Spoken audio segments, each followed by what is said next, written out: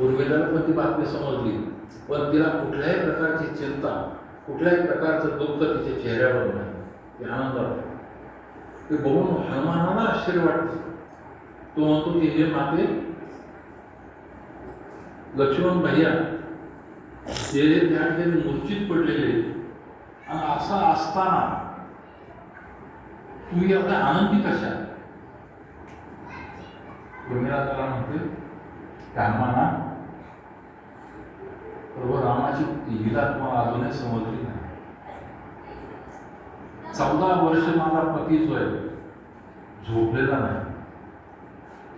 आत्ता कुठं थोडीशी त्याला झोप लागली, आणि जेव्हा झोप लागल्यानंतर प्रत्यक्ष रामाची मांडी त्याला उशाला मिळाली. असं असताना ती झोप थोडी जास्त होणार नाही. आणि दुसरी, यमाची एवढी ताकद आहे की जो रामाच्या मांडीवर झोपलाय त्याला रामाच्या परवानगीशिवाय तो घेऊन जाईल. तुम्हाला जर असं वाटत असेल किंवा तुम्ही थकला आहात तर तुम्ही विश्रांती घ्या, माझ्या पतीला काही होणार. उर्मिलेचं जे सतीत्व होतं ते पाहायला सुद्धा थक्क झाला. सगळीकडे घेऊन परत गेल्यानंतर लक्ष्मण जिवंत झालं. लक्ष्मण जिवंत झाल्यानंतर पुन्हा एकदा लक्ष्मणाचं इंद्रजिताचं युद्ध झालं. ते युद्ध झाल्यानंतर त्या ह्याच्यामध्ये इंद्रजिताला मारल्यानंतर इंद्रजिताचा एक हात, कथा सांगते की एक हात तुटून सुलोचना म्हणजे इंद्रजिताची जी पत्नी आहे त्या पत्नीच्या महालात जाऊन पडला. तिला असं वाटलं की ही काहीतरी माया आहे, कारण राक्षसांच्या युद्धामध्ये अशा प्रकारच्या माया केल्या जातात. तेव्हा ती अशी एका प्रकारची माया आहे असं तिला वाटलं. आणि ही माया वाटल्यानंतर तिने त्या ठिकाणी म्हटली की हा जर माझ्या पतीचा हात असेल तू ते मला हाताने त्या हाताने लिहून दाखव. आणि त्या ठिकाणी त्याने लिहून दाखवलेलं तेव्हा माझं शव रामाच्या शिबिरामध्ये आहे. माझा खरंच म्हणतो. सुलोचना आपल्या सासऱ्याकडे आली. रामाला तिने विनंती केली की त्या इंद्रजिताचं शव तुम्ही आणा, आणि इंद्रजिताचं शव आणल्यानंतर त्या इंद्रजिताच्या शवाबरोबर त्याच्या अग्नीचा हार मला पण सुखी जायचं, तेव्हा तुम्ही ते शव आणा. रावण सांगतो की त्याचं शव रामाच्या शिबिरात आहे, त्यामुळे त्याच्यावर कधीही विटंबना केली जाणार. तेव्हा तू जा आणि ते शव घेऊन ये. ते म्हणे मी शत्रूच्या शिबिरात जाऊ. रावण स्वतः सांगतोय की तू शत्रूच्या शिबिरात नाही, तू रामाच्या शिबिरात जातेस तर स्त्रीच्या अंगालाही हात लागणार, त्याची काळजी करू. सुलोचना रामाच्या शिबिरात आली. त्याचं शव आदरपूर्वक ठेवण्यात आले.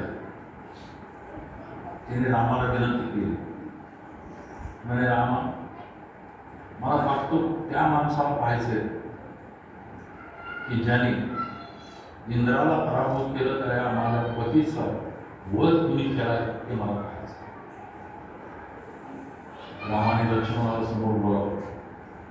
लक्ष्मणाला समोर बोलावल्यानंतर लक्ष्मणाने सुलोचनेला नमस्कार केला. नमस्कार केल्यानंतर सुलोचना त्याला म्हणते, लक्ष्मणा, तू तुझ्या पराक्रमावर गर्व करू नकोस. तुझ्या बाणाने जरूर माझा पती मारला गेला आहे, पण तुझ्या एका पतिव्रतेचं सामर्थ्य आहे. आणि माझ्या त्या उर्मिलेच्या पतिव्रतेमध्ये उर्मिलेचं पातिव्रत्य माझ्यापेक्षा भारी पडलं, म्हणून माझा पती तुझ्याकडून मारला. कोण म्हणतंय? सुलोचना. ती सुलोचना कोण आहे? ही फार सुंदर स्टोरी आहे. सुलोचना शेष आणि नागलक्ष्मीची मुलगी. शेष नाग आणि नागलक्ष्मी तिची मुलगी. तिची दुसरी मुलगी कोण आहे? जनकाची पत्नी सुनयना. ही त्या शेष नाग आणि नागलक्ष्मीची दुसरी मुलगी. लक्ष्मण कोण आहे? शेष नागाचा अवतार आहे. त्या इंद्रजिताला त्याने मारलं, तो त्याचा दावाही आहे. आणि त्या सुनयनीने उर्मिला जन्म दिला. ती सुनयना उर्मिलेची म्हणजे नागलक्ष्मीची मुलगी आहे. ते मगाशी जे म्हणलं नात्यामधलं गोंधळ तो अतिशय वेळ. तेव्हा सुलोचना त्याला म्हणते, किंवा तू तुझ्या पराक्रमावर गर्व करू नकोस. तुझ्या पराक्रमाला जी साथ मिळालेली आहे ती उर्मिलेची साथ मिळाली.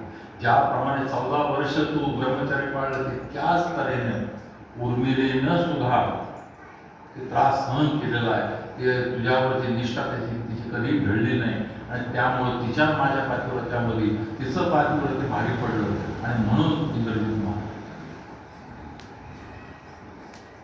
आता हे जे पातिव्रत्य भारी पडलं ते काय होतं? कशामुळे भारी पडलं?